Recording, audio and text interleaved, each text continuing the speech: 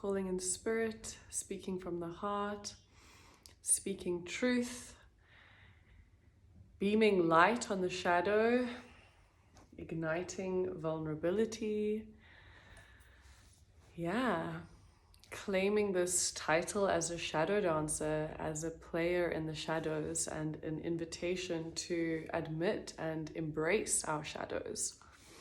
So I felt inspired to do a video for you all because it's been a while, and as the maverick that I am, things come to me in a whim and then I go, okay, let's speak about it.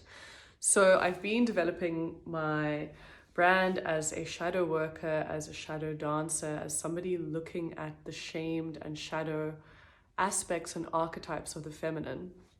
And of course, as the universe does, I have been experiencing some of my own shadows. And interestingly, the way that they come to me mostly these days is through the dream time, because that's when the subconscious is free to reveal itself. And when you record your dreams, you're able to notice the symbolism. So my recent shadow work or shadow play has been around trust, and particularly trust in relationship, which always, if we think about what the shadow is a part of ourselves, our unconscious self, wanting to be seen in reality through experiences. So the shadow will come to you through, interactions with your partner, interactions with friends or businesses. It'll just keep revealing itself if you're willing to pay attention and not take it personally. And there's this amazing quote by Caroline Miss, who I'm doing a shadow work course with, and she says, "If you have no sense of your shadow, you will live a life as a victim. You'll have no alternative because you will see the world from the position that everything is coming at you and you have no power." An example could be, I feel I have this fear and shadow around trust due to childhood, divorced family home, a fear of being cheated on, a fear of being lied to, betrayed. And this deep fear, which did manifest in my childhood with parents, followed me throughout my life. So in almost every single relationship I've been in, there's been a betrayal or a moment of finding out a lie or finding out that my partner had cheated on me in often quite synchronistic and crazy ways. And, I could keep that story going and continue to project it into my relationships through sort of needy or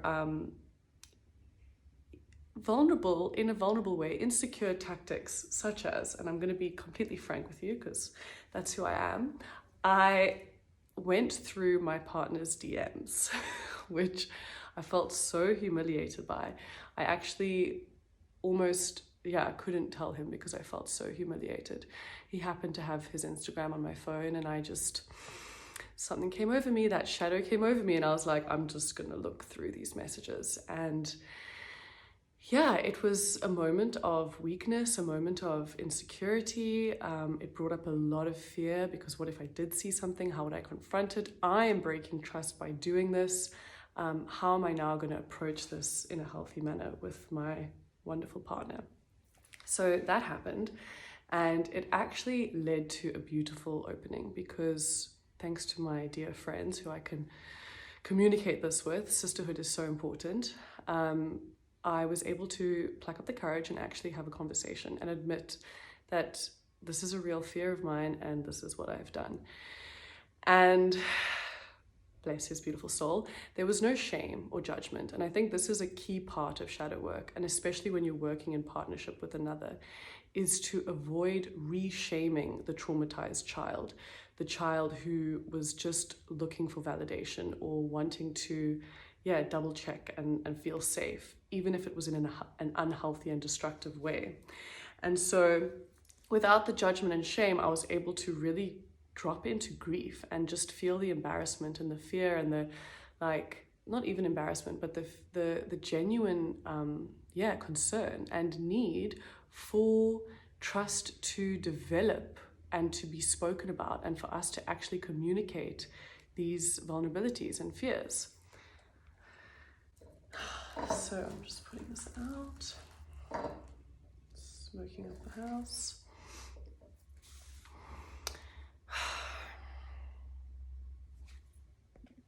So yes, communicating vulnerabilities and fears to your partner, and noticing that actually a lot of it is also a projection of your own trust issues. And can you trust yourself? And what are your worries or concerns about your own behavior? Because the beauty with moving out of the victim is taking full responsibility for everything that's happening in your life.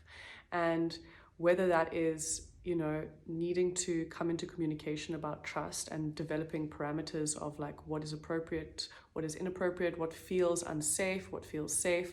Like these are all the negotiations that you have and compromises that you make for the other being that still feels in alignment with your own truth.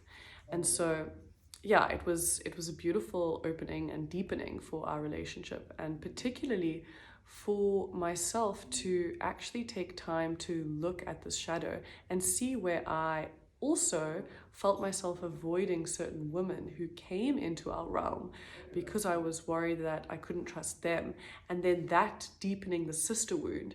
And so then the Dyke archetype showed up, and it was like, I don't want to avoid deepening friendships with women because I'm afraid they're going to hook up with my boyfriend. And so how can I really speak to this even with my sisters and allow this, safe environment for us to really go to this place. And the genuine control, like it's all about control ultimately.